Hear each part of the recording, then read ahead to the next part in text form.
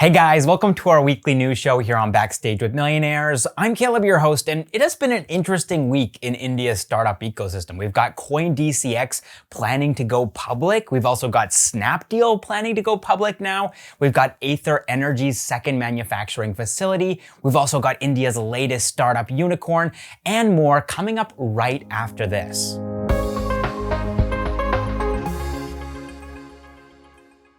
All right, so first up in the news, India's first crypto unicorn, CoinDCX, is planning to go public as soon as the Indian government's regulations on cryptocurrency are in place. Now, this is a platform that's being used by more than 100 million crypto investors across India. It is extremely popular, and cryptocurrency in general is becoming quite popular here in India across the board, no matter what company you're talking about. But according to one of the co-founders of CoinDCX, Neeraj Khandelwal, as soon as the government or the situation allows us, we will try for an IPO. An IPO gives legitimacy to the industry, just like the Coinbase IPO gave a lot of confidence in the crypto markets. Similarly, we want to instill a similar level of confidence with an IPO of CoinDCX. Now, obviously, we don't know what the Indian government's regulations are going to look like when it comes to cryptocurrency. We're just going to have to wait and see, but I'm curious to hear from you guys. What are you excited about? What are you worried about? What are you hoping for? Let me know all of your thoughts on this in a comment down below. All right, next up in the news, e-commerce startup Snapdeal. Most of us have heard of them. They used to be competing neck and neck with Flipkart and Amazon before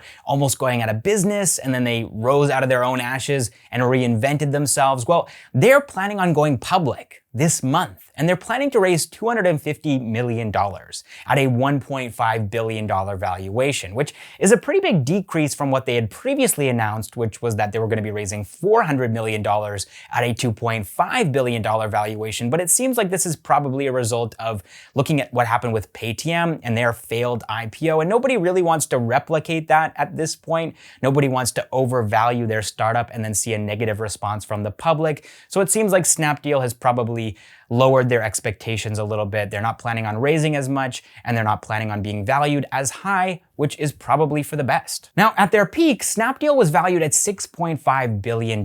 So this $1.5 billion valuation is definitely a step down for them, and they haven't actually been able to generate any interest amongst the VC ecosystem since 2019. They haven't raised any external funds since then. So this IPO is probably their way of actually gaining access to some capital. They're a loss-making startup and they need money in order to keep growing. All right, next up in the news, electric scooter startup Ather Energy is going to be setting up their second manufacturing facility right next to their first in Hosur in Tamil Nadu. This manufacturing facility is going to enable them to increase their output from 1.2 lakh electric scooters per year to 4 lakh electric scooters per year. And this is going to help them to keep up with Ola Electric, which still hasn't started shipping their scooters yet, but as soon as they do, I'm sure that Ather Energy is going to start to feel a little bit of pressure. Ather Energy is currently seeing 20% month-on-month growth, which means that their first manufacturing facility has already reached maximum capacity. All right, next up, have you ever wondered what it's like Backstage with Millionaires? Well, you might be able to find out if you're a talented video editor or script writer, because we're hiring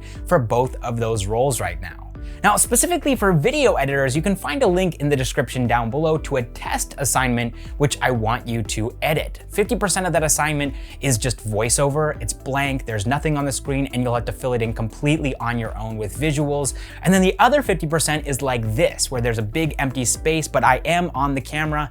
And again, you'll have to fill that in with visuals. And I want you guys to make it as visually engaging as possible. I want you to make sure that whoever's watching this, the hypothetical audience member, is super interested in the visuals, but also making sure that the visuals are corresponding and are in sync with what I'm saying in the video itself. And then when you're done, I want you to upload that video to YouTube, not Google Drive, not Dropbox, directly to YouTube, and share a link with us at work@bwm@gmail.com. And then for script writers, the test assignment is to write a 1,000-word script on the story of your favorite startup. Now, it doesn't need to be the entire story, especially startups like, for example, Snapdeal have been around for more than a decade. It would be very difficult to fit an entire decade into 1,000 words. So that's not what we're asking for here. You can cover the early days, you can cover recent developments.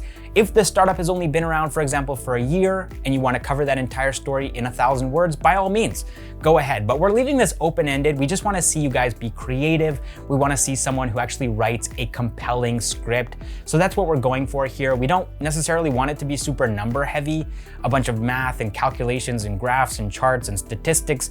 That's not really what we're after here. We want to see people who can be telling a good story, essentially, and establishing a narrative flow. I think that's really important, is actually having a handle on storytelling.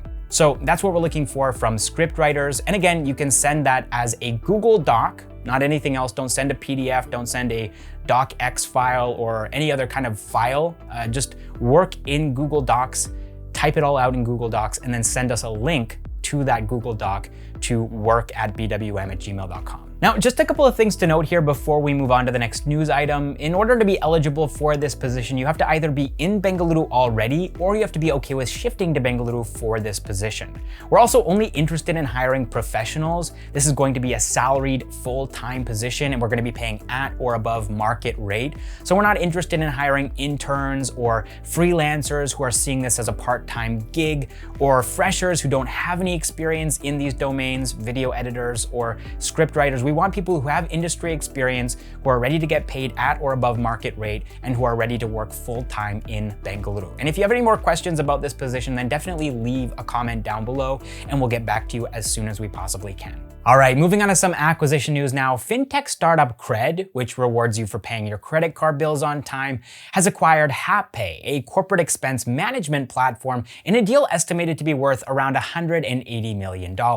So Happay enables 6,000 businesses to manage work-related expenses for their more than 1 million employees, all from a single platform. And according to Kunal Shah in a Twitter post, as the workplace becomes cashless, contactless, and paperless, professional expenses form a higher proportion of credit card bills. All right, moving on to some funding news now. Fintech startup Slice has raised $220 million in a funding round led by Tiger Global and Insight Partners at a more than $1 billion valuation, which is a more than 5x jump from their previous valuation in June of this year of $200 million. And of course, this makes them the latest startup unicorn here in India, and by our count, the 39th startup unicorn of 2021. Now, that might be a little bit different from your count. You might be at number 40 or 41 if you're counting 5-Star Business Finance as a startup unicorn, even though they're more than 30 years old. And if you're counting Curefit, which still, that deal has not really been finalized. We don't know yet whether the funds have gone through from Zomato to Curefit to make them a unicorn. So that's why we're saying 39th instead of 40th or 41st. So what Slice is doing here is actually quite interesting. They're offering young people credit. These are people who probably wouldn't otherwise be able to gain access to credit through normal banks or NBFCs, because these institutions typically don't like to interact with customers below a certain age. But that's actually the demographic that Slice is targeting, and they're offering them cards at no additional cost, and they're also allowing them to pay their bills over the span of 3 months instead of just 1 month like traditional credit cards. So at the beginning of this year, Slice was issuing 20,000 cards per month, which wasn't bad, but now at the end of 2021, they've increased that number to 2 lakh cards per month, and they have more than 5 million users on their platform.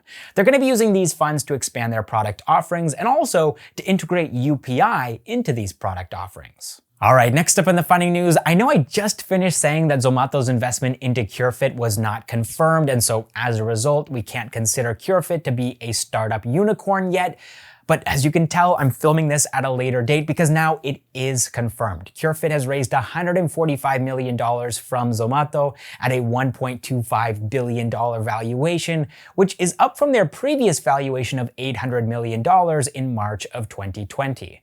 And of course, this $1.25 billion valuation means that Curefit is officially a unicorn, and specifically the 40th startup unicorn by our count in India in 2021. So this is cause for celebration, both for Curefit, congratulations on becoming a startup unicorn, but also for India's startup ecosystem. We've reached this milestone now of 40 startup unicorns in a single year. All right, next up in the funding news, buy now, pay later platform Simpl has raised $40 million in a funding round led by Valar Ventures and IA Ventures. And basically what this platform allows people to do is split their online bills into 3 installments and also automate reoccurring expenses. So Simpl is currently being used by more than 7,000 retailers, and they have more than 7 million active users, and they're going to be using these funds to improve their customer and merchant experience by adding a loyalty program. And they're also going to be using some of these funds to bring their solutions to offline merchants as well. All right, that is all the startup news that I have for you guys this week. I hope you enjoyed the video. I hope you learned something from it. And if you did, it would mean a lot to us if you could hit the like button, share this video with a friend or two. And also, if you haven't already subscribed, now would be a great time to do so. We post new videos every single week about Indian startups, entrepreneurs, and the latest news. Also, big thanks to all of our Backstage with Millionaires members, our unicorns, our decacorns, and our hectacorns. Will be scheduling the next hectacorn video conference very soon. And also big thanks to everybody who's been sending super thanks our way in the comments as well. But even if you can't afford to send financial support our way, guys, just the fact that you've made it this far in the video is plenty of help. So thank you guys so much for watching this episode of Backstage with Millionaires, and I will see you in the next one.